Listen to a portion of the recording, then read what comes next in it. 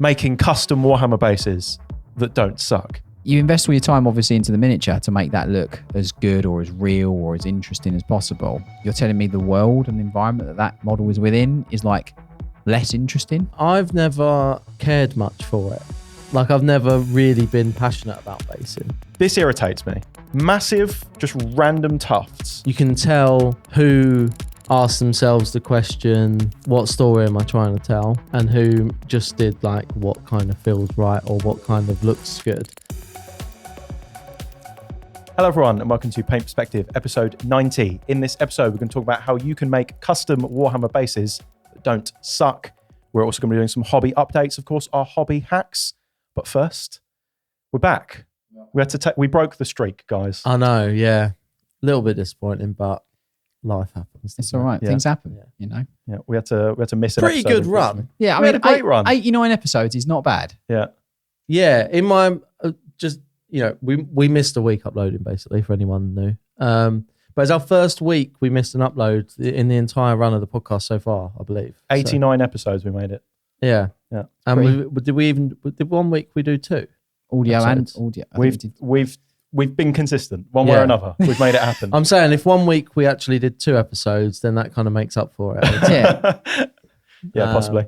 But rest assured, moved heaven and earth to try and make it happen. But just didn't happen. Didn't line up.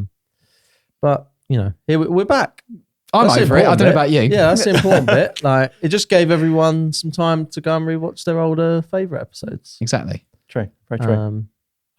Well, I haven't done a ton of hobby stuff in my illness. However, prior to that, in the week before, you should be scared, Joe, because Fighting talk. I'm coming Fighting for you. talk. The gloves are off. I'll have you know I've not painted one, but 2 blood angels. Whew, I'm more worried. I've never seen George in gloves. He says the gloves are off. So, I mean, don't get me wrong. We're creeping up on half a combat patrol. Are you? Really? Probably not, but if this was Underworlds, you'd be toast, mate. Yeah. If you were getting ready for Kill Team, you'd be done almost. I think. Look, I'm still. I can't say I'm too threatened at the minute. I'm still more threatened by the thought of Paul turning up with an army. That's true. He could just out of nowhere. He's submarine Just in turn it. up. Yeah. So what's happening with your oil situation? Right, last we spoke, it's been a couple of weeks, but you'd sprayed all of your models silver and you was getting ready for the oil paints. Not all of them. Right, okay, but you'd sprayed some of your models silver. Yeah, I did and you was the getting ready oils. for I did the oils. I'm losing track now. Have we done that? I don't think we've or spoken not? about that. No. Well, I've done the oils as on like a model. As like a test. On a test model, yeah. How did that go? It went well. It's like it wasn't as much of a like easy replacement to recess shading as I thought it was going to be. There's a bit it behaves differently, doesn't it? So it was like a little bit more adjusting. Didn't quite get the look that I wanted at first. Do you want to elaborate on that? What well, was different? It just like I followed for those that maybe didn't listen or can't remember, but we did an episode on oils where George had tested doing the oil recess shades, and I followed the tutorial that George had linked to. And that involved like a placing the dots of the oil paint and then applying the white spirit to connect the dots almost and flow through the recesses and stuff like that. And for me, I think I'm not looking for a weathered look. You just wanted the pin shade. I want a clean pin shade. That's fair. And I think that process, it probably benefits if you're trying to do some weathering and some like more grimy looking stuff. Whereas for me, I just wanted a clean pin shade. So I ended up finding that I had a few things that weren't flowing properly.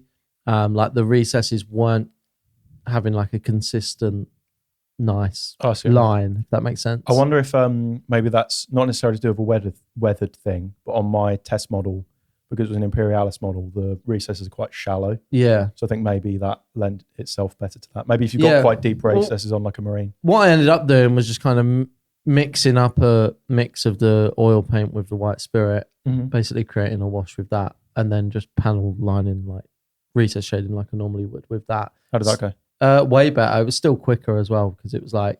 It flowed better. Yeah, it was that one of those things where like because it flows better, and you put it in and it just And you've got the cleanup time as well, right? Whereas if you've done that with like Nuln oil or whatever, exactly, yeah. once it's dried, you're there's kind of done, there's still benefit to it, and one thing I probably would do differently in the actual process is that, because I was just looking at this as like, oh, I want to test the oils out.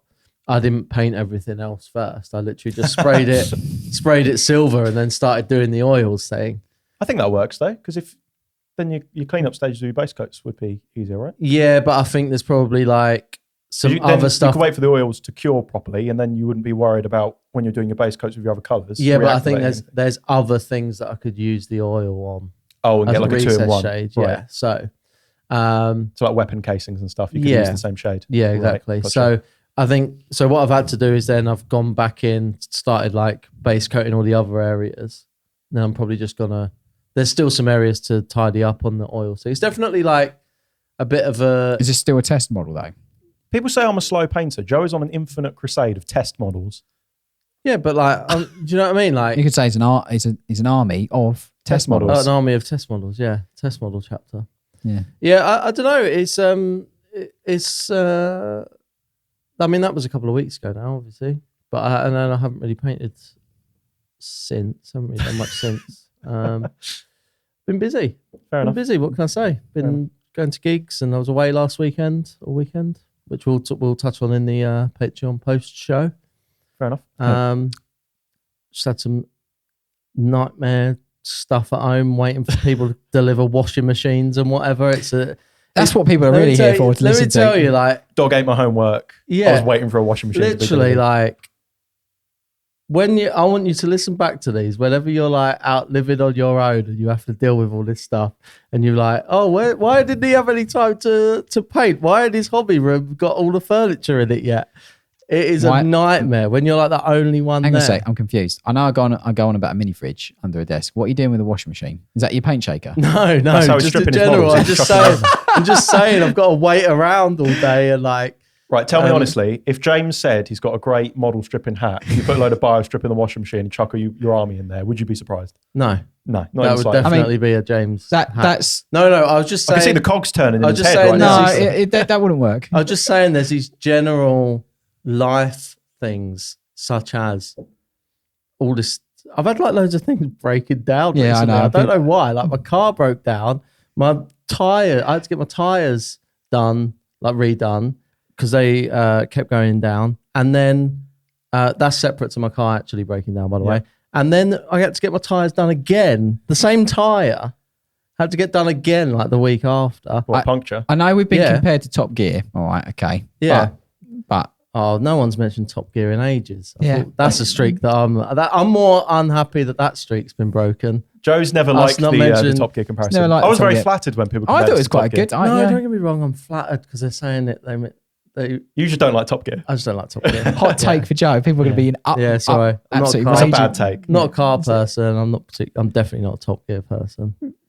Bad take. Yeah. But yeah, so, look, I'm sure there's plenty of people in the comments that can sympathise. It's just life stuff, mate. Fair enough. Do you know what I mean? Like, we're back anyway, so yeah. Well, I'll tell you what. With my Blood Angels on the other side of things, storming along. I'm getting to a nice point with them now, where to paint to the level that I want is kind of getting quicker. Yeah. You know what I mean? Just from the repetition. So I've done quite a few, and then I took a bit of a break, and then I was back into it. But now I've got this like hybrid batch painting, but not sort of thing. I'm finding that once I've got all of the models kind of prepped, like assembled, primed, all the base colours on, I'm finding that if I sit and crack on with one, I can do it in a couple of evenings, kind of have it pretty much done. So yeah, I've got half a squad of intercessors left. Well, you just wait until your washing machine breaks. You have to start dealing with all that. Just to clarify on the washing machine, to go back on that, I had a new washing machine turn up. The new one was broken. Oh my! How mental's that? So you had your tyres fixed and then they broke again. Yeah. And then you had your washing machine replaced and it was broken. Yeah. Yeah. And I've got my girlfriend lives with me now. Yeah. She works Congratulations. From home. Yeah. She works from home. She works in the home. The painting room is the office. Okay.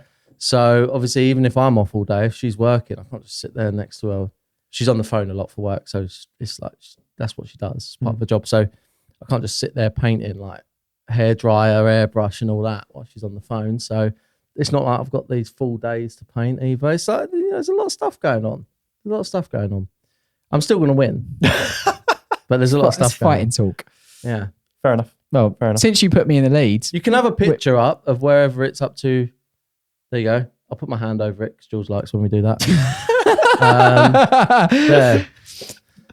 That's where it's up to. Thanks to your sort of statement last week, Joe. I've somehow got in the lead with this. So I'm not involved anymore with all my priests and stuff. So Yeah. Well, Yeah. you've been busy, to be fair. I with, have been, yeah. A certain drop. Painting has unfortunately had to take the back foot. Oh, George For- isn't going to have a word of this. I know. It's You been had bad. other stuff other than painting. know. Impossible. not possible. Hang on a minute. Can't be. I Can't have be a true. full-time job, a other job like side hustle thing, and a life. I also don't have much time to paint. I just don't complain about it on the podcast. I just crack on. Well, oh yeah, I'm sure. Look, I'm if you sure. don't like the ocean, stop swimming, get a paddling pool and some armbands. All right, okay. I don't know what. I don't. What know does that how even that mean? means. What Yeah, I does don't know. that even mean? I don't know how that. How do you not get correlates that? to anything? If you don't, let's break it down. Right. Like, if you. So if you don't like swimming, don't go in the ocean. That's What's not the what you rest said, of it? though. What's the rest of it? Get some armbands and a paddling pool because it's safer or better. A paddling pool? Yeah, little one of those blow up ones. You don't So- get it. Don't worry. That flew Go right and do over. a smaller version of the thing. Yeah, basically that you do something don't on like. easy mode. Do Right, something on right, easy Right, mode. okay. I thought you was in the ocean with a paddling pool for some reason. Yeah. No, flotation I device. said if you don't like the ocean, stop swimming, get a Using paddling the- pool and some armbands. Using the paddling pool as like a lilo. Yeah, In the that's ocean. what I was imagining. Honestly, God. Sorry. Yeah, that's on us. I have been super busy with Siege Scenics. For those of you that don't know, Siege Scenics is a premium miniature scenics brand that one of the team here, Adam and myself, have been working on for the last 18 months. So yeah, it really, And there it is behind you for those watching on YouTube. Just Da-da-da-da. there, yeah. So it launched on Friday. Yeah, it's been a bit crazy. That's all I'm going to say. I've like literally. It'll do anything to get away with like not editing the images in. Yeah, don't want to be editing Holding images it up in. to the Holds it camera. up. Yeah, no, but Yeah, but it's real. True. Yeah. It's not a render. tangible. It's tangible. It's in my hand. Yeah. So all that stuff went on sale last Friday. Yeah. What is kind of the goal with those tufts? What is different about them from maybe some of the other stuff? So do you know what? One of the things is that we wanted to do something really, really natural. Adam's background, obviously, he's entered loads of competitions. He's won loads and loads of Golden Demons and other painting competitions like Salute and other bits and bobs. There is a audio only podcast episode with Adam Yeah. as well. It's Yeah. the only one that we've ever done that was audio only. Yeah. It's on the audio feed. You can scroll back. I with don't know what the Adam. episode number Don't is. know what the but- number is. You'll- It's you'll around find the it. 20s, Yeah. I think. It was quite early. It Yeah, it's maybe. Adam Skinner. It's on, Spotify. If you search Apple it, you'll find Podcasts. it. Yeah. You'll find it. Ad has always done like really intricate sort of like basing and things like that. He's like really sort of like done a lot of dioramas and other things like that. And whenever he's done basing, he's always done it to like a really realistic thing. And like we were having a conversation actually, like I said, like about a year and a half ago, having a conversation just about basing materials, and we're talking, throwing ideas backwards and forwards. And that's kind of like where it came from. Like one of the team here, I've been working with one of the team here within Siege to do some bases because we wanted to make some like basins and things like that. And it kind of like came from that conversation. We were like, right, well, should we try and do something that looks more natural? Because obviously Adam does it to the degree that he does for the level of stuff that he produces for competition. That stuff done on like army stuff or just on other hobby stuff actually looks tremendous. Looks like really, really good. Supernatural. And there was a couple of things that, Supernatural. yeah, Super space natural. super space natural, Not supernatural. Oh, that makes it worse. Well, Super, really natural, not Yeah. supernatural. Although some of them might end up looking supernatural. well, maybe. Who yeah, knows? that's their, Very yeah. natural. yeah, very natural. All I will say is that the last year and a half, there's been a lot that we have been working on. Like it's been really, do you know what? It's been one of the hardest things has not been saying anything about it. Like obviously you guys have been aware of it. Yeah, I just want to clarify for people as well. Like this is literally a different company. It's a separate business. We've had nothing to do with it really. Like in terms of development, like We as in me and you. yeah, like in terms of Siege, even Yeah. like it has literally been James and Adam, and then we've advised on certain things and helped with like media side but other than that, it's like it is a different thing. So it's kind of new for us as well. Like Yeah. we're not. I've had people message me even and be like, "Oh, like what's like this?" I'm like, I have no idea. It's nothing to do with me. Like I don't know what's coming or whatever. Like Have you had a play with any of them yet? I got Not the properly. hookup. I got the hookup. George got the Yeah. sweet hookup. Not properly. I have requested if I could Joe's pre-order some. Joe's put a formal request in, yeah. Yeah, I have requested if I could pre-order some for this army that you think I'm never painting. Yeah. They are genuinely yeah. very, very good. I really like the moss Moss pads pads, in yeah. particular because I've always been a fan of really, really small little tufts. Pet peeve. This is a little PSA. Scale. This irritates me. Massive, just random tufts that kind of look appropriate for a Space Marine, for example. Yeah. Until you realise that a Space Marine is like 9 feet tall, and everyone always likes to throw the word realistic around in the hobby. When in your life are you just wandering through a field, absolutely barren earth, and then just random clumps of, Really shoulder high high grass. grass? Yeah, but like if you're talking about being on a planet that hasn't been touched for hundreds and hundreds of years, there's going to be some long grass. No, stop using long grass. So I like the moss pads. I argue it's actually less likely that the grass will be all nice and cut. Who is this person going around cutting all the grass on your Grass doesn't infinitely grow. on your Blood Angels? It gets- it's space grass. The space Space grass. grass. That's, We're talking about that's the space answer. grass. You think space grass is gonna? What planet are your Blood Angels set on? Uh, Oh, No. someone should have spent some time. Yeah, you should have thought of that using one. before Musing, their yeah. army, maybe. I think one of the things is that the sort of tufts and stuff being natural is kind of like one of the things they that do look real. I mean, yeah. you can see, again, if you're on the video, there's like these example boards. Example We'll put some boards. images on screen as well. Yeah. But they do look like some of the most realistic grass scenery I've ever seen. We've really, I think one of the things, I mean, so just off the bat, there's 23, there's 24, and I'll explain the other one in a minute, but there's 23 launch lines. So there's like there's 7 moss pad lines. These are the tufts, right? Yeah, so there's 23 lines in total that they're launching with. 7 of those are moss pads, and then the rest are obviously various tough lines, and they're incrementally split between season as well. And the seasons is actually something that's really, really important to sort of like see Scenics as a brand, and also just what we want to do with stuff. And I'll explain. It was really, I'd done a lot of research into garden centres before this. I know I joked about Alan Titchmarsh in a previous episode, but I really, really did look into garden centres and the way that they talk about their products, talk about things, and the way that they do things seasonal as companies, and basing on miniatures is literally like small scale gardening. That's what it is. Like literally, you're creating an environment. You're creating in something that miniature sits within, and like I didn't see anybody doing it in a way where the seasons are taken into consideration, if that makes sense. So like tufts are normally labelled like green or yellow So or what's to do brown. with colour, Yeah, or and colour. you get to decide what that's Yeah. for. what that would fall I think that's quite into, yeah. helpful as a buyer as well, because if you're looking for variety, like you don't want to just put the exact same color and size of tuft on everything. If you want a few different ones to kind of mix it up, And you you kind what, of know what family. to Yeah. sort of yeah, shop like you within. can like look within each line that's in that one season. Exactly. And we've really tried with the colours to make like the collection of the season really work with each other. So with confidence, you can literally pick different lines within autumn and then mix them all together and 'Cause- make a really lovely autumn base, which is the other thing. That's the realism thing that gets me personally, is not necessarily the size of the tufts, but the fact that like every single base looks exactly the same across an army. Mm-hmm. You have to, it's a middle ground that you have to find, because obviously if you paint them completely different, which would probably arguably be more realistic, that all the different bases, like each individual model would be standing on a slightly different bit of terrain on Yeah. this planet. It would look a bit ridiculous as a full army. But then when you get down to like things like tufts, I think that's something, tufts and rocks and stuff, you can add quite a lot of variety. can't you? 100%. So it's like, that's an opportunity to get some variety in there with the different colors of tufts. So I've always disliked the idea of having one set color of tuft that I do on every single model. Because it's Yeah. like, how realistic is that? Like, which actually brings me on to, I don't know if you're going to talk about it in a sec, but my probably favorite tufts in the line. Oh yeah, I am going to talk about those. I think they're the ones that they're the ones. It's the you extra. It's the Yeah, it's the 24th. 24th. Yeah, The 24th yeah. one. So yeah, but all the tufts are multi-toned, so they're not just a singular tone, which some of them in the industry can be. Ours are multi-toned through various different tones and also lengths. So they're not just like 2 mil. There'll be 2 and 4, or 4 and 6, or there'll be different splices. So you're saying of those. within an individual tuft, You have there'll be different lengths and different colour. tones. Yeah, That yeah. already, personally, I find way better. Like I was saying about the color thing, a lot of tuft sometimes it is literally every single strand is like the Identical. same color. Yeah.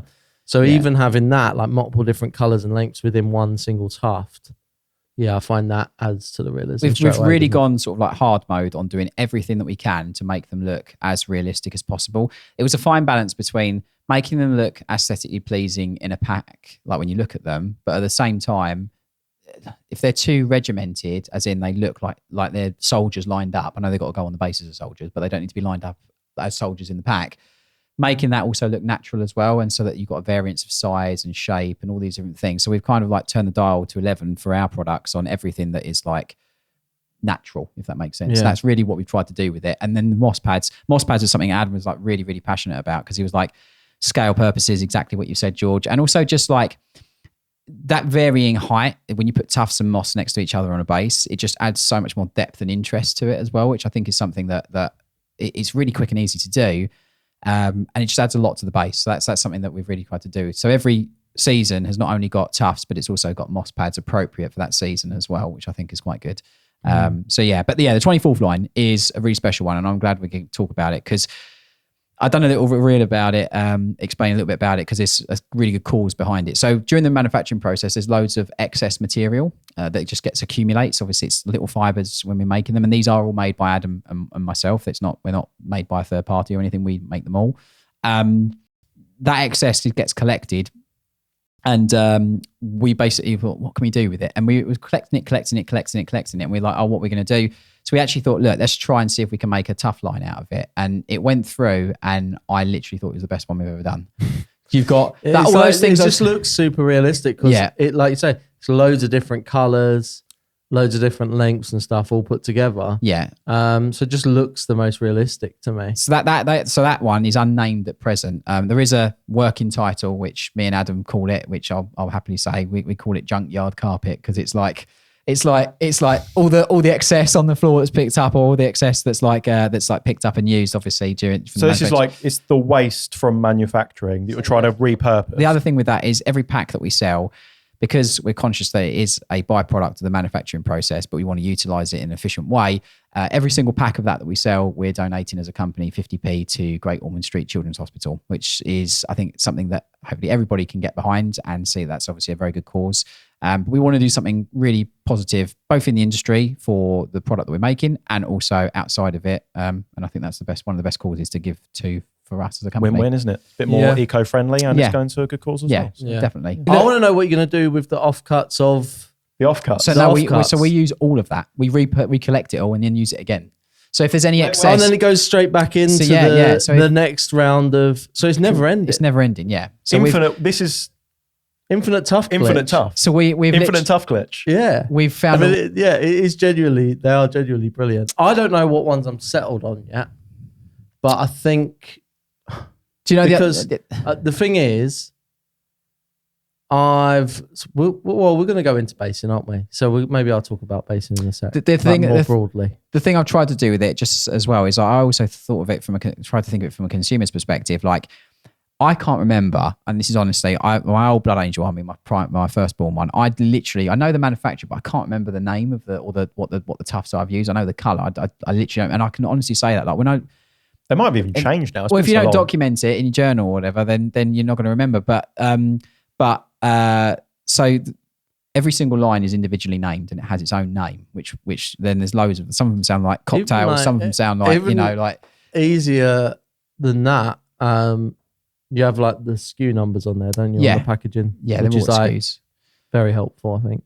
Yeah. For the product code. Yeah. So, but it's just so that you can go in the shop and ask for X Tiger Sunrise, Boxby Forest. You can ask for stuff confidently by remembering the name. And yes, you are going to have to say those names out loud. You can say the numbers. You can say the numbers, yeah. But yeah, so that's what we tried to do with it. But I just want to say a huge thank you to everybody that's like expressed interest.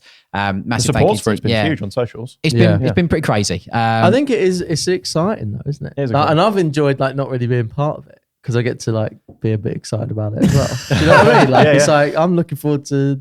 Like I say, I haven't got my hands on them yet. Yeah, I mean they are there, but I haven't actually got to use them yet. I guess we know who James's favourite is then. Yeah. Well, you're the one that you got to take all the photos, I suppose. So. Yeah. So the link will be in the description if you want to check them out. And future tense, they may or may not be coming to a store near you. Maybe. Very soon. You'll see. Very soon. With that then, should we get on to the main topic? Yes. Making custom Warhammer bases that don't suck. So we done a basing episode previously, but that was some time ago. Times change, opinions change. Joe, you also weren't on that episode. Yeah. That was with Paul. So I thought it'd be nice to touch base. Oh God. Oh God. We have had a week off. I thought it'd be nice to circle back and talk about basing, obviously with the launch of the Scenics, and maybe how some of our opinions have changed because we're also doing our army projects now. So maybe we can give the viewers some tips on making your bases fancier, cooler, more realistic, easily. Some tips and tricks. Maybe what we look for in a cooler base, and then maybe we can talk about competition stuff and maybe some higher end stuff as well. The main debate of the previous episode, Base rim colour. no, believe it or not, No. it was I whether suppose there is a correct answer, isn't there? We all know that, so shouldn't be much of a debate, probably. it was whether to do basing before or after painting the model. So me and James have long had a feud. It's not I a say feud. Yeah. that you should do basing at the end. You should TSA your model to the base, snap it off, do all your basing in one fell swoop, stick your model to the finished base. So, are you talking in terms of applying basing material? Yep.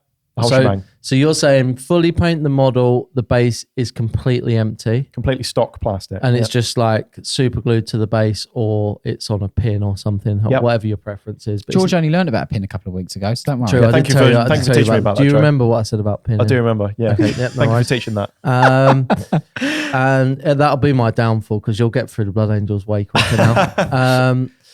So you're saying literally entirely leave the base off to the side, fully paint your model, then you apply. Then you do what? Do you keep the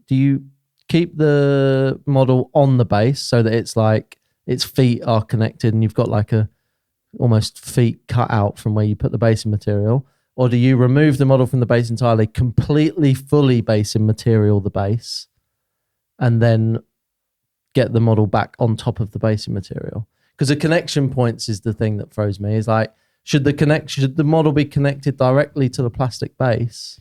Or because if you then base the model and then base the top of the base and then try and put the model on top, so you then not got that connection point, have you? So I think this actually works even better when scaled to an army. Okay. What I do, I'll super glue just 1 foot of the model to the base so that it's on a base while I'm painting it. It's obviously easy to paint, you can hold it. Yeah. At the end of the painting process, very easy to snap off because super glue's super weak. Yeah. Break it off, and then what I'll do is I'll get a big board of like cardboard or something like that, blue tack or double-sided tape all of the bases for the army to one big board, glue all of them, sand on all of them. So your base is spray can the whole lot. your spray base prime them is all. entirely covered in basing material. Yep. Sand. There's Yep. there's no surface left. Nope. Okay. And then because it's on this nice big board, you can spray it all in one go. You can airbrush it if you need to, like your main color. And then you can massive dry brush over the whole lot, get it all done super quick. And then afterwards, healthy amount of super glue going on the model, a pin if required. I don't usually find this required, kind of depends on the size. But if it's just like a normal sized, infantry model, healthy amount of super glue. And then if there's any floating feet where it doesn't quite sit nice, I don't find that an issue with the basing mix that I use because it's fairly consistent, like grain size. But if you've got something that's got a lot more variety, you might find that it's not even enough. Yeah. In those cases, I'll go in with a tiny little bit of texture paste just around the Just foot, to fill the. just to fill that out, and then you can just paint over that afterwards. But it's Is the super quick. connection not weaker though? Like I've It's- always wanted the connection to be to the base. I'm so glad you said that. I thought that, but I've I've had instances where I've needed to break a model off the base because I've made a mistake or want to fix it or something, and I've not been able to get it off without destroying it. Yeah. See, I'm the opposite. Sharp knife, scale the base, stick the model on, be neat around the feet with the glue, basing material on, just tidy up around the feet really quickly if there's any little bits that are stuck to the feet or the upper leg or whatever. Let it dry, 50-50 water and PVA over the top just to fix it all in place and set it like concrete. Then you just undercut your model, paint your model. Every layer of paint you put on the model, be it with the undercoat or the airbrush, adds a layer of protection onto the surface of that material. And then when you paint it, just be neat when you're painting the base. Just be neat, Joe. Yeah, Don't worry about the fact of it's impossible to now reach certain areas of the model because there's a base in the way. It's not. Just be neat. Just be neat. The thing is, training yourself to be neat means you're more careful, okay? And then if you're using it's not a skill issue, it's physics. Like if there's a base in the way. Yeah, but it is situational to model. If you've got like a giant cape or you've got something that obviously covers a huge part of the base, then obviously. But if it's like an intercessor, are you telling me you can't put a brush between its legs? I just find it slower. Like, That's just slower. how much time? How much time are you saving? You're putting if it's floating, you're then putting texture paste on. You're then waiting for that to dry. They're painting it, and then like, I'm batching. I've got a big army. Yeah, fair. But 6 models. Right, I painted so many armies. Imagine my model. Yeah. Right, we're talking about that's the personal project. I'm joking. It was a joke about how you hardly have any blood. I feel like we've got so many new viewers now, and we have all this banter, and it's all well and good, but people like don't know that I've painted tons of armies before. Well, yeah, if you say so. Yeah. I just think that like the time you spend doing all those other stages, and then ultimately you're running 2 separate production lines, one for the bases and one for the miniatures. Just attach it. I do agree with that. On paper, I definitely agree with George's one in terms of speed. I think, because you paint, you'll get more of them painted quicker. However, that was always my worry, was the actual connection point. So I actually had like originally my go-to would be a bit of a middle ground, I think, between both of you, which is where I would like super glue it onto the base, put the basing material on around the feet, and then snap the feet off. Snap it off, paint the basing material, and then still glue the feet back where they were. Not a bad idea. It's not bad. I mean, sometimes so the connection point is still there. The issue I would have is that depending on what basing material sand you have, if I almost found more of an issue with size of basing sand bits than tufts, like you were talking about. I see the sand being too big is more of an issue, personally. Yeah. And I've had ones before where it's so big that then when you put the feet in rather than on top of, Big gaps.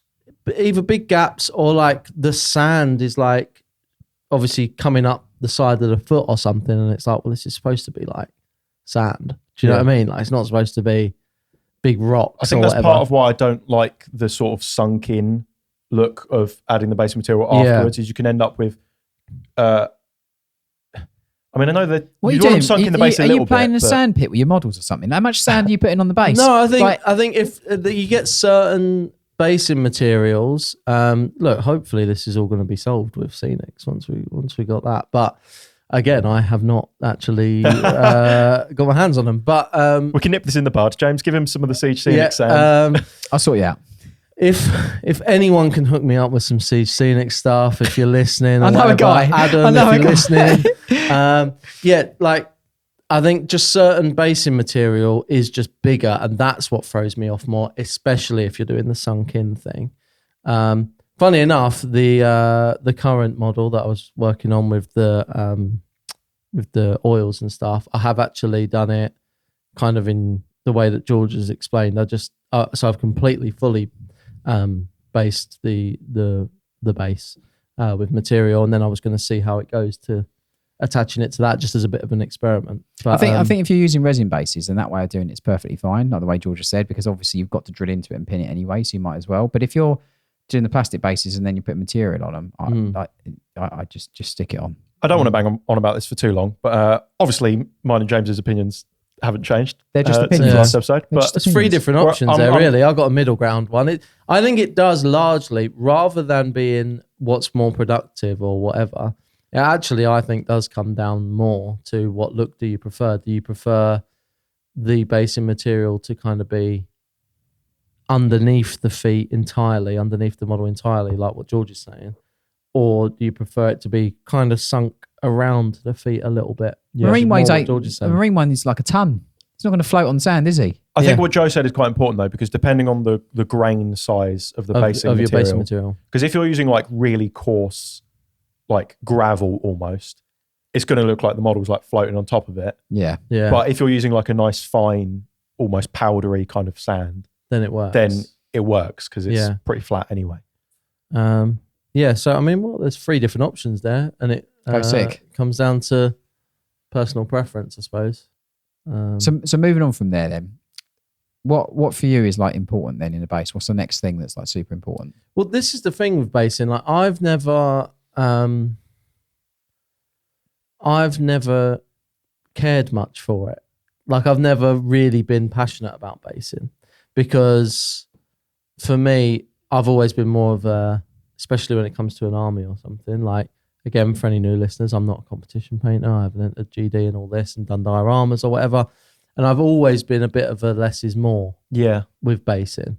And I think often that's probably why the box art bases look the way they do. They're very simplistic. Weirdly, you saying that, I was thinking about this before we was recording, and it reminded me of, we had someone ask on the Discord, like in our Q&A, they said like, why are heavy metal bases so boring? Yeah. And it made me think really similarly to what you just said, actually. Like, for me, basing, like, it's a requirement, obviously, to make the model like fit in and, you know, look finished.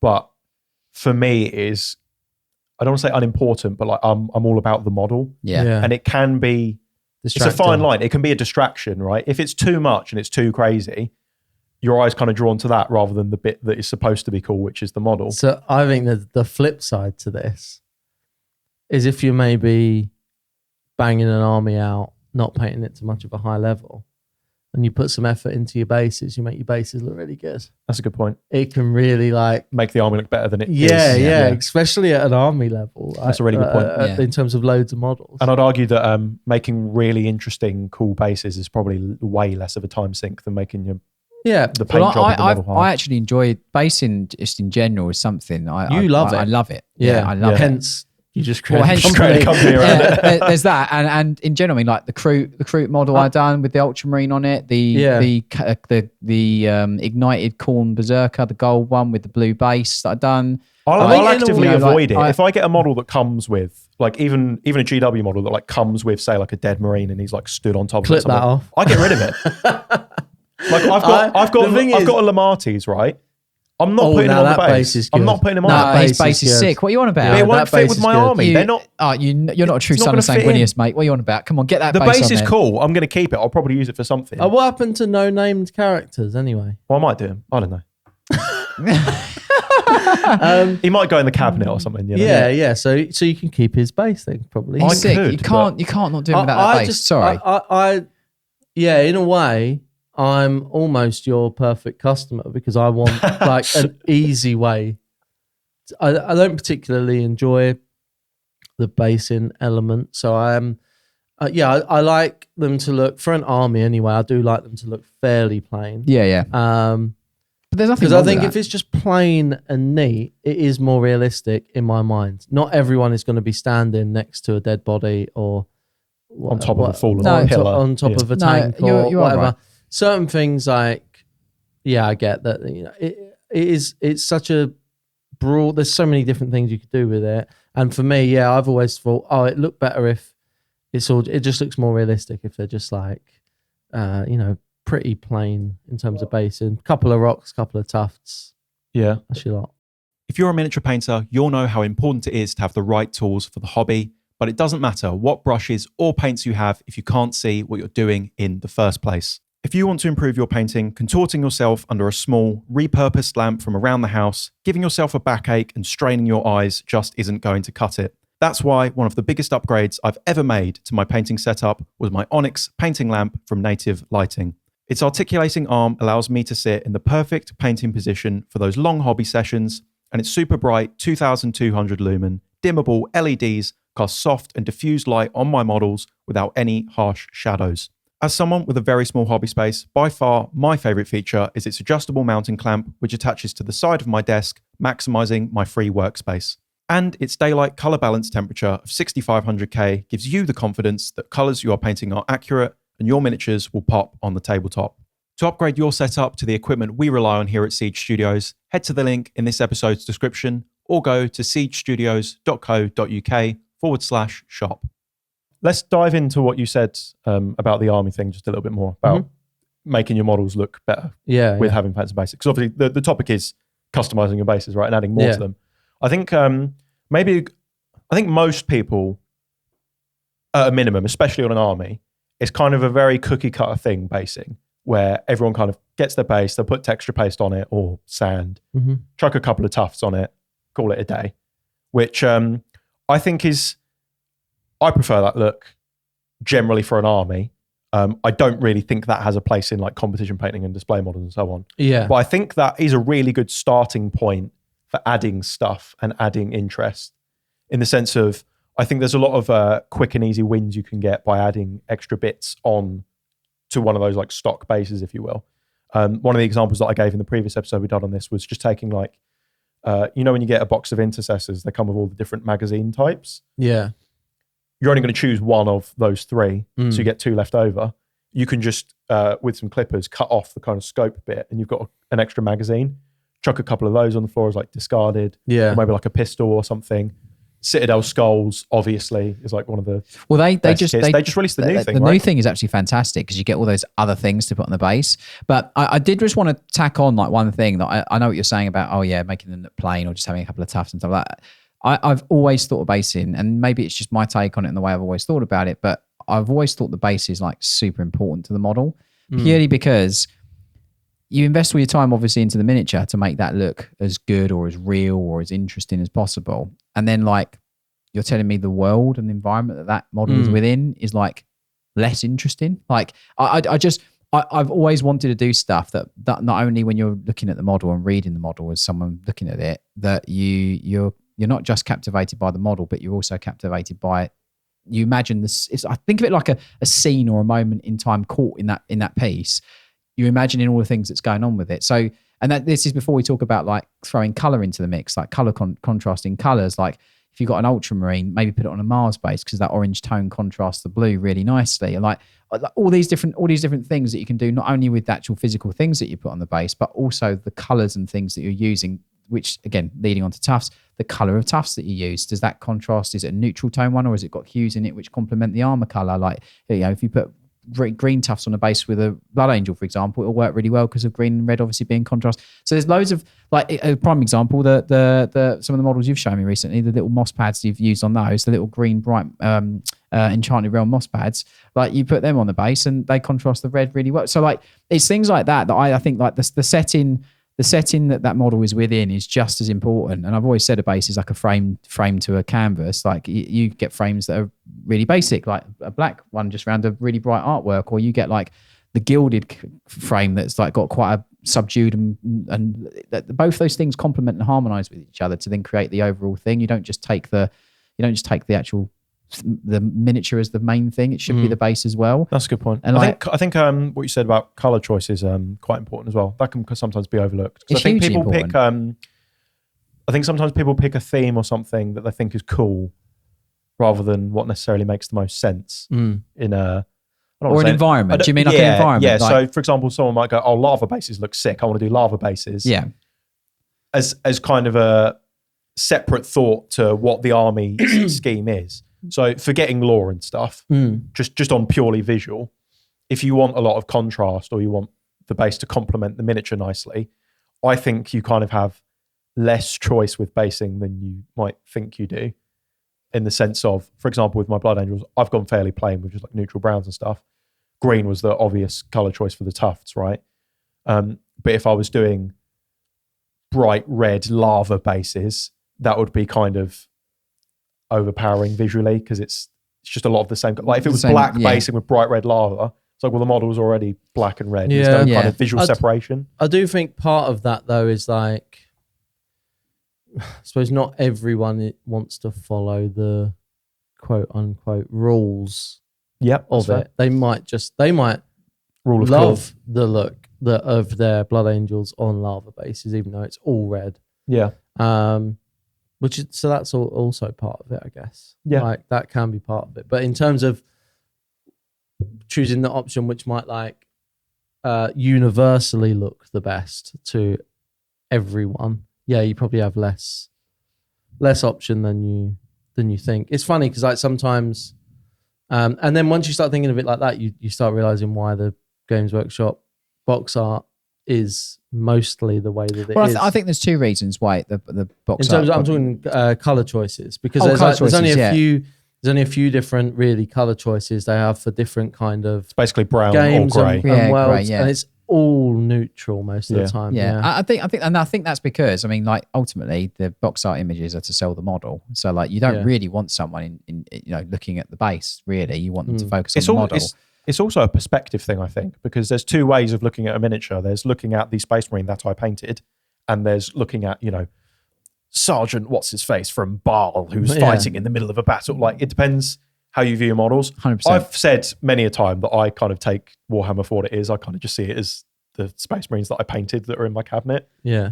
I like immersion kind of when I'm looking at the model, but I'm not trying to like tell a big grandiose story. I'm kind of just painting Space Marines, which is why I like the box art style, for example. Not because it's realistic, but it's just because I think it makes the model look cool. Yeah. Which is also, again, part of why I like the bases being fairly plain on my army, because it means that I can just focus on the models, because the models are what I think is cool. Should we get into like maybe embellishing them a bit more for like display and things like that? Yeah, I think that's definitely. somewhere where I really fall flat with competition painting. That's something that I really need to improve on, because again, it's the double-edged sword of the way I treat basing for my personal projects is when it comes to doing a competition piece and I want them to be on this, cool scenery and tell a story and whatever, kind of sat there scratching my head a little bit. Especially when it comes to like scratch building things. So what would your advice be, James, for kind of creating something a bit more custom and a bit more of a scene, I think to start off with, it does dial right back to that thing which I said, which is imagine the environment that if you're going to put that much thought and effort into the paint job of a miniature, you should put as much thought and effort into the environment the model is set within. It's like really important. So like a good example, so I didn't actually build the base, so I'm not going to take credit for it, but on the custom service Carandrus that I have, my personal one, Will from the team made that, but I gave him a brief and gave him a thing and said, look, I want the model's going to look like Predator, so to speak, because that's what I wanted my Carandrus to look like. I want it perched on top of a building. I want this. I gave him, and that's what, but so having a brief or having a thought and a way that the model actually is in its makeup and its composition helps directly with the way that you do things on the base. As I said, like I think especially for competition, you really want to do stuff which the amount of effort and interest that you've lavished on the model should also be lavished on the base. So as an example, just to pull something out of the air, imagine I was painting, I don't know, a Steel Legion Commissar or something like that, and I had like a wall behind him, putting on the wall some pipes with maybe some copper piping, bit of verdigris on it. Maybe there's like a ripped and torn faded poster or on the wall, like one of those Imperial sort of poster things. Maybe on the floor you could put like a Steel Legion helmet with like a shot through a damaged shot through the helmet of it, basically, so it looks like the Commissar has just executed one of the Steel Legion that's running away or something like that, or to rally a squad. All those little things, those little layers of depth. What it is whether you know the lore and background or not, it's all the little things that are on that base which then make the person viewing it and reading it be captivated for longer. And also if they know the lore and narrative, or if they do understand that side of it, or if they've read the novel that maybe the piece is set in or something like that, those little things are little tick boxes to make the person go, oh, they've done that. Oh, they've done that. Oh, look at that. Oh, they've done that. And it's not just about, oh, that model's fantastically painted. It looks amazing. Oh, look how they've blended the sword or blended it adds as much overall interest and value ultimately that you've invested with the painting on the miniature. And I think that like, that's kind of like how me personally, in my own opinion, I try and approach stuff when I do for comp. It's just add a bit of interest. On my Dante, for example, I removed it from I actually completely removed it from the pillar thing and then reposed him on it. But I put I want it to be set like an Armageddon, so I put like an orc skull on there, and then like the orc. Is this your custom one? No, this is the new one, the Primaris one, the one on the big plinth. Yeah, the one on the big plinth. So I've done loads of tiles around it, as if like, because the way that it comes with like a column, he's like landing on a column, and I thought, well, there's nothing really around it to show what that column is from. So I put like loads of cobbles around there, so like a tiled floor, so it looks like he's landing in the remains of a building, and there's flooring obviously that nods to the pillar, if that makes sense. It's similar to what's the painting desk? Yeah. the Warhammer TV show. Yeah. When they did the episode on Aiden's Gulliman. Yeah. And he added the rest of the Aquila. Yeah. like in scale. Yeah. It's like expanding, telling that story. 100%. Yeah. It's like it's all those Similar things. thought Like, process. if a model does come with like a sculpted detail, or there's more tactical rocks in Warhammer than you could possibly imagine, but like it's adding the extra thing onto the base, which tells not only the story of the miniature from the miniature, but also the rest of the environment that it's within. The orc skull on the Dante base, like again, it's putting little bits of interest into it. Like orcs, the way they are, their teeth is their currency. So one of their teeth I've painted as metallic tooth, like a golden tooth. So it looks like he's had a teeth taken out of his mouth, and he's got a golden tooth put in his mouth and stuff like that. Like it's a tiny little dead orc head or skull on the base, but even within that, I've tried to put as much interest into it so that when someone looks at it, they go, "Oh, he's got a golden tooth." Do you know what I mean? Yeah. It's just that level of attention that the model would have, but you put on the base as well. As like, because I completely flip my answer now when it comes to like competition stuff, because as a viewer, someone who's just looking at the models, I love the elaborate, cool, Oh yeah, I agree. huge bases. For sure. And I think it always comes down to, you can tell when you're looking at the models in the cabinets or whatever, you can tell who asked themselves the question, what story am I trying to tell, before they started, and who just did like what kind of feels right or what kind of looks good. And it can still be an incredible model, but sometimes you can really tell. And I would hazard a guess that if you look at most of the winners over the years, they're almost definitely people that had a clear story that they wanted to tell right from the off. And that story probably like mostly comes from the base. Yeah, right? Because the model is the model, and you can tell a certain amount of the story with that in pose or something, but without a big base to help that, it could be a bit ambiguous, I guess. Yeah. We've done the kind of mindset behind it. Do you want to kind of get into some of the nuts and bolts of maybe some of your go-to like products that you like to use, or the way you like to actually construct these parts? Because I think aside from the obvious, like, you know, grabbing a Citadel basing kit or whatever, for example, like with your Dante, you said you added like gesture little cobbles towards and me stuff. when he gesture towards me when he said, you know, when you're doing any old basing like this over here, you know, just grabbing your old Citadel starter kit or whatever he uses over here.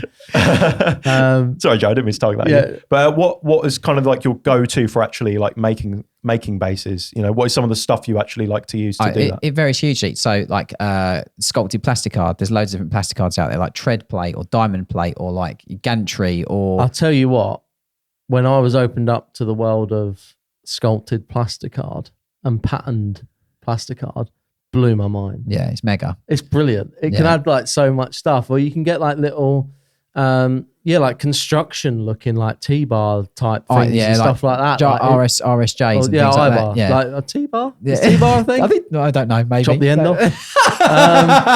Chop it in half and then 2 T-bars. Like I-bar thing. Like it is like, because you do start going into maybe scale modeling territory a little bit with that stuff. Yeah, and it is like you're creating a real kind of environment. But yeah, like if you're doing like a trench base, you can use like those coffee stirrers. Like everyone goes down Starbucks or Costa. I'm sure you can borrow permanently some of those. I get what you mean. I was trying to.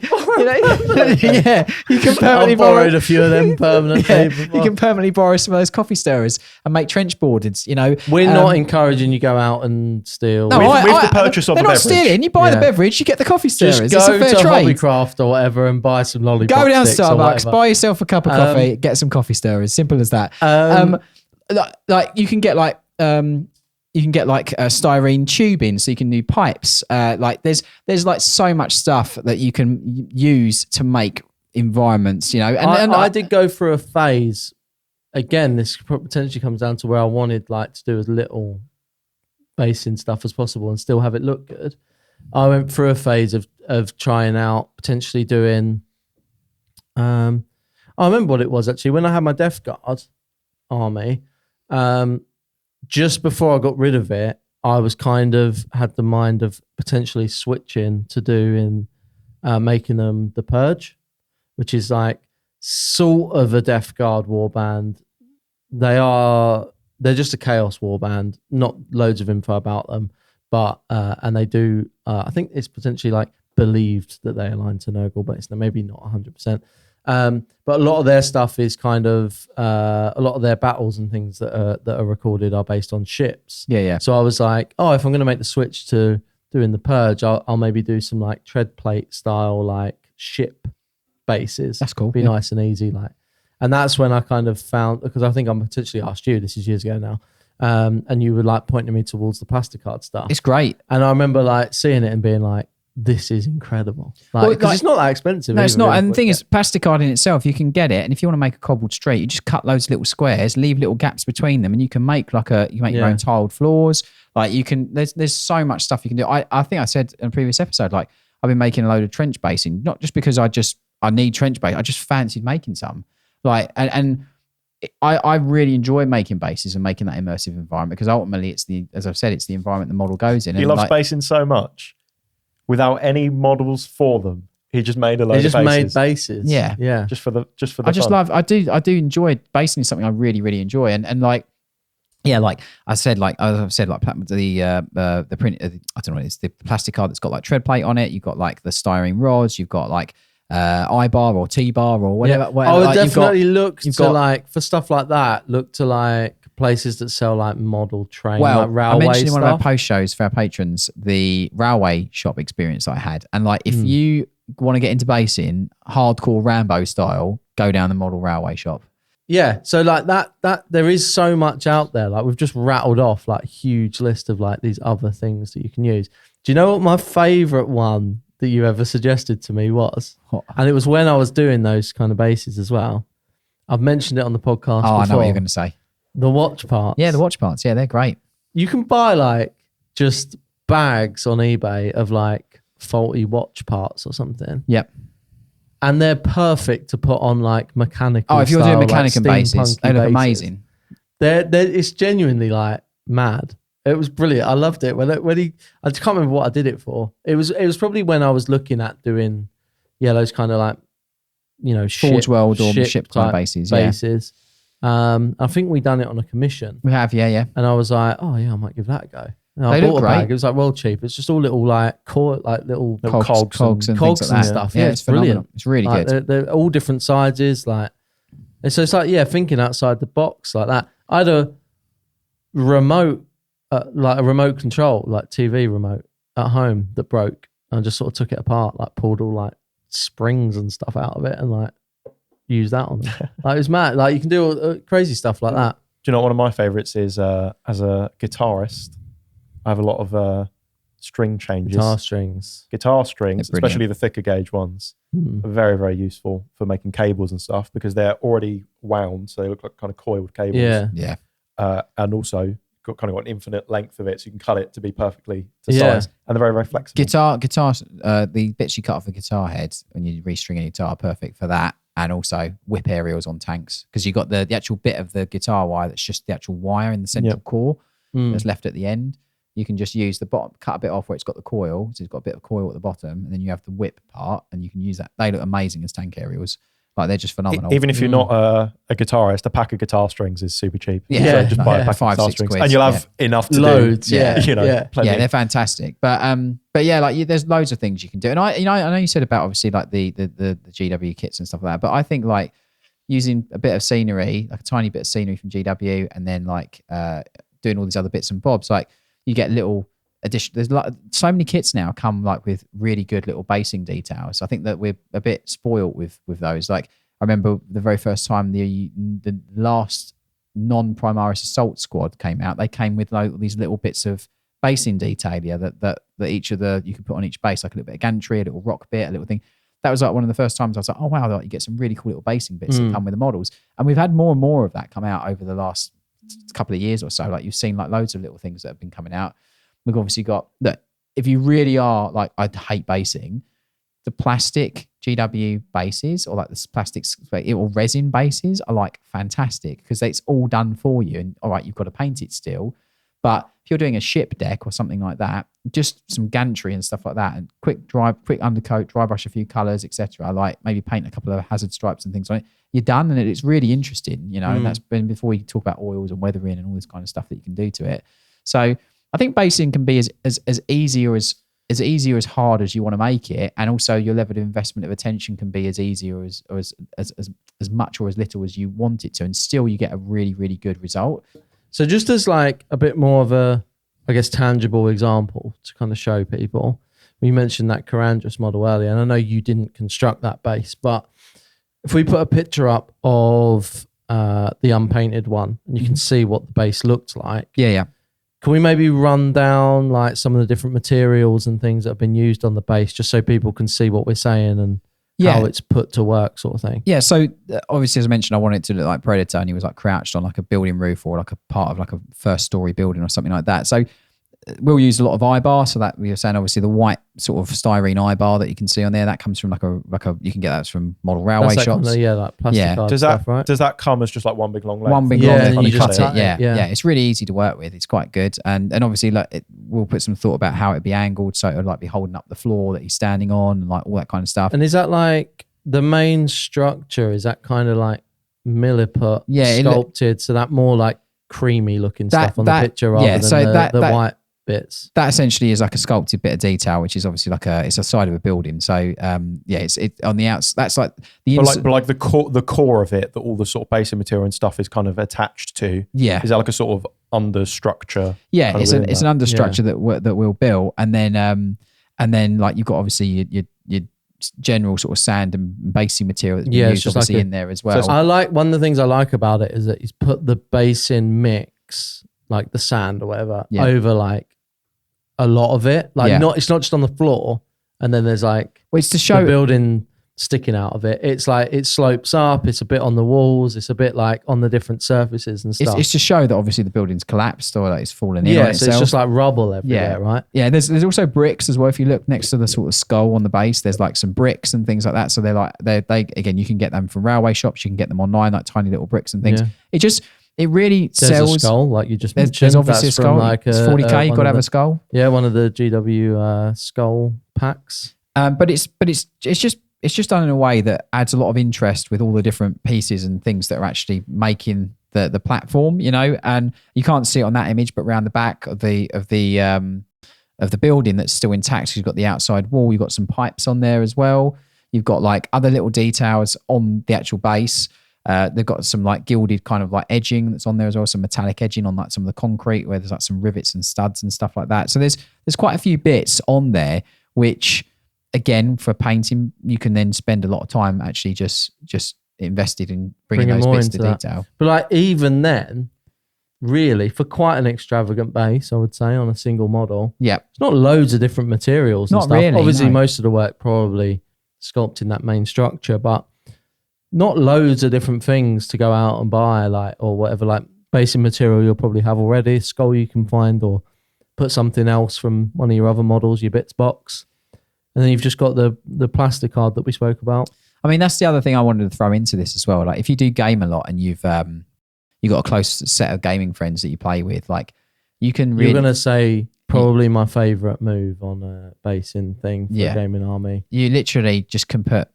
If you play against your mates and you always beat your mates, dead version of your friend's army. Dead version of your friend's army on your base. Yeah, it's like the best and you can always ever. add it over time as well. Exactly. Like, it's really fun to do. Like, I go back to it, the Fabled Iron Warrior army had a load of dead Imperial Fists all over it because I was like, that's like... Well, that's lore accurate, and it's just insult to injury to the Imperial Fists when you play them. So it's just, you can be really creative with basing. But I'd go back to what I said. I think that like, it shouldn't be this thing that's like, oh, I've got to do the basing. It should be something that's like, you can, however much you want to turn the dial on investment in both time and also sort of like thought, you can do some really basic things that just add, like you said about chucking the magazines on the ground, or chucking a couple of grenades on the ground, or like getting an all-specs and putting on the, like, there's so many cool little things like putting an all-specs on the floor, like, and you can paint it as if it's switched on. And then because of that, you could then potentially do some kind of lighting effect on the mod to show that the light from the all-specs is like glowing, is like hitting the person that's standing over it, or,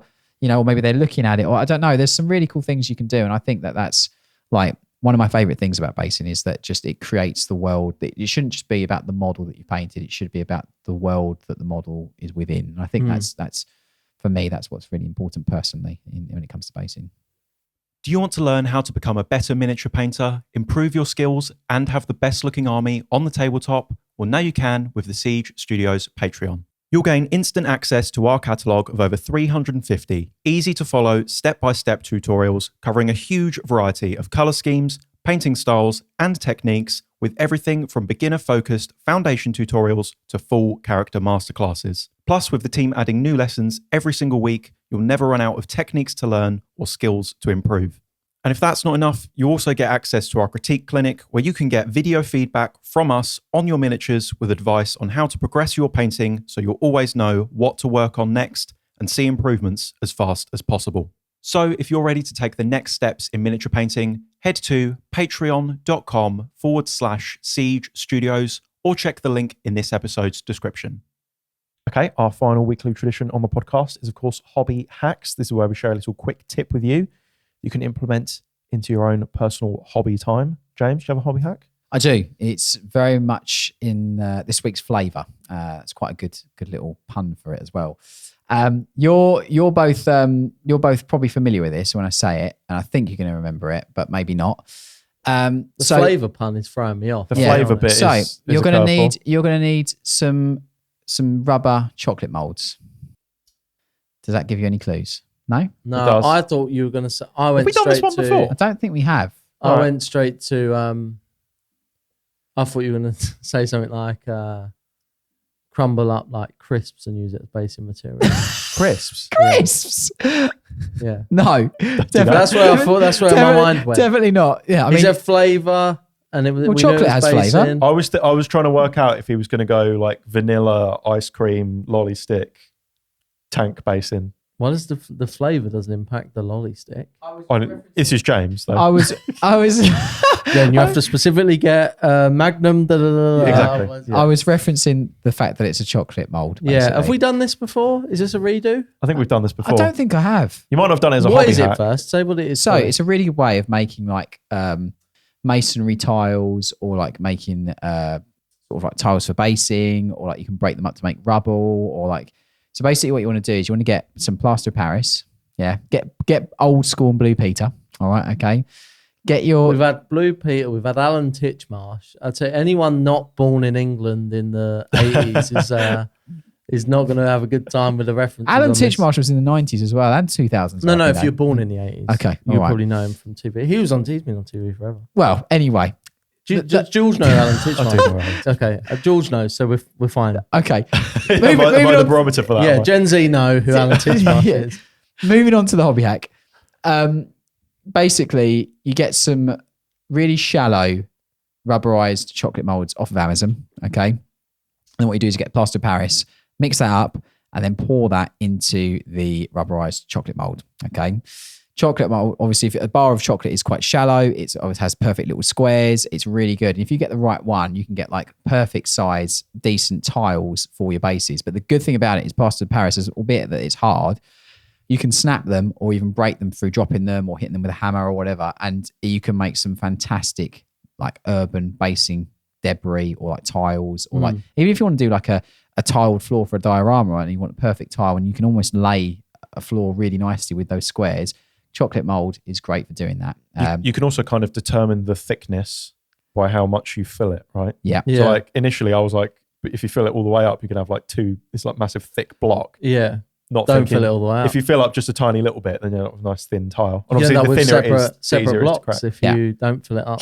Yeah. You can have each individual little block. Exactly. Don't fill it Yeah. up all the way. And you can get all different types of rubberized chocolate mold. You can get onto smaller squares, larger squares. They're oblong. They're Cadbury like logos Cadbury on your logo bricks on if it. you You want. can have a Yeah. nice heart-shaped Yeah. pillar Yeah. for Exactly. your space marines. Yeah. Yeah. So I would advise you do that. It's a really quick way of making like sort of stuff for urban basing, whether it's like rubble and you smash it up, or you want to do like a perfectly tiled floor on a diorama or whatever. It's a really good way of doing it. I don't think we have had that before. I don't think we have. Could you use an ice cube tray? I mean, that if you're making like, Not to, obviously you How wouldn't big, reuse are it. how big are the tiles? well, you could. Hang on, hear me out. Obviously you wouldn't. Mr. Oh, don't use 6mm tufts. They're too big. Wants to use ice cubes as tiles. Hear me out. because it would be easier to find. I'm not suggesting you use the one you already have, by the way. Like, don't eat from it, obviously. But if you've got an ice cube tray, they're a similar size to the sort of chocolate mold thing. And then if you only filled them Ice cubes are massive. Ice cubes are massive. like a normal ice cube tray. You're making like blocks, like Yeah, but you don't like fill it all tank the way up. traps. You're going to break. You said you're going to break them up anyway. Yeah, but the whole idea of a chocolate It's tray, more like a Toblerone or something. tactical Ice cubes are like that tactical big. Toblerone. Yeah, but not in terms of how And big then do if you think the don't chocolate fill them mold is? up, they're going to be like. If you don't fill them up, they're just going to be individual little squares, aren't they? They're not all going to be. Yeah, no, you want to Attached. you want to You don't want them attached. Well, though. he was talking about doing diorama floors and stuff. yeah. The whole idea with Really? because Oh, the you whole lost me now. the whole idea with it. Hang on. This went from a great idea to a terrible idea. No, Hang on. it's So not. you're suggesting, hang No, on, the hang on, whole- rewind. Unless I've missed. No. unless Are I've you missed something. suggesting getting a chocolate mold, Yes. fully filling it up to the brim, and then using So you have that- the floor as well? Or No. So you So can you get- still only want them individual? you can get all manner of chocolate molds on Amazon, and some of them are really shallow trays because they make a really shallow bar. Chocolate, like a lint bar. Yeah. So you can get molds on Amazon that are really shallow, and they've each got like 8 squares or I mean, 10 ice squares cubes, or you whatever. get- you're Yeah, I mean, looking ice cubes. You're making like tank traps and stuff like that out of them, like giant boulders. I'm standing You by can- this. you I'm can- standing by this. You've got an ice cube tray. You fill up like one of the individual little squares. You only fill it up like a couple of millimeters deep. You pop it out. You've got a nice little tile. Use the blooming chocolate mold. Why would you use it? Why would Yeah. you I just thought it'd be easier to find than a chocolate mold. No. sorry. Yeah, Sorry. it would be easier to find, to be fair. What, Amazon? It's cheaper, isn't it? Amazon, yeah, well, yeah.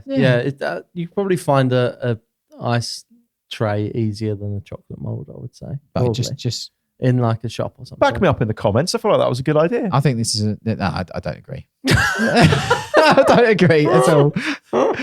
Not when you got I don't Amazon, think you we have literally type in on Amazon chocolate mold or rubberized chocolate mold, and it pulls up loads of them. I don't think so hard to get a chocolate mold. I just thought like, going to Poundland, get an ice cube tray. You're only going to destroy it anyway. Yeah. Job done. And also when it sets, most ice trays are plastic, so they'll shatter.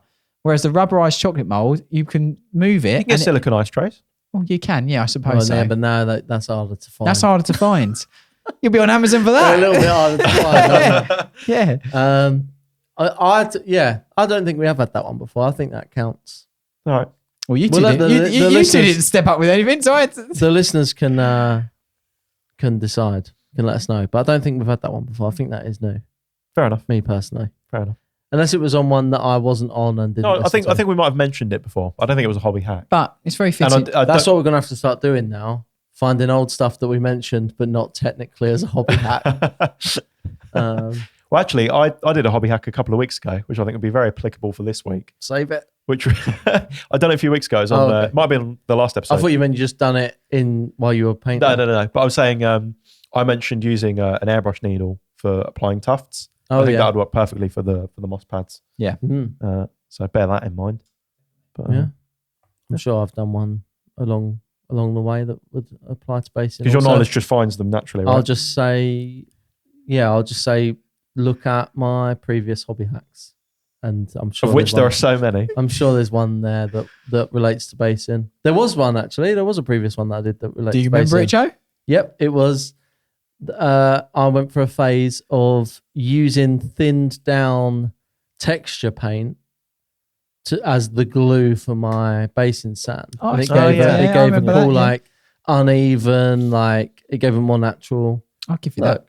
That's fair. So Fair. So that was you that was one plain of mine. base, texture paste on, then sand on top of wet texture paste. Yeah, but thin down the texture paste. Right. Otherwise, you'll end up with like a big, thick Clumpy mess. Clumpy. Yeah. base. Yeah, it was just a way I was having at the time. I remember I was having no luck with the PVA glue that I'd bought, and I was like, "Oh, this could probably work." And then it led to some nice, unique looking bases. So there you go. There's another one. If we're just redoing them, there's another one. I use wood glue instead of PVA because Yeah. it's basically the same stuff, but it's thicker Oh, and it dries quicker. It's good stuff, that. there's another one. There's another hobby hack. We're just dropping them up. We're just Trifecta. rapid fire Yeah. this. Yeah. What else we got? Okay. On that note, we're going to round out the show there. We're going to jump over now to the post show, which is a benefit for our patrons. So if you want to get even more paint perspective content in your life, check the link in the description and you'll find a link to our Patreon. Support the show. You get access to ad-free and extended episodes.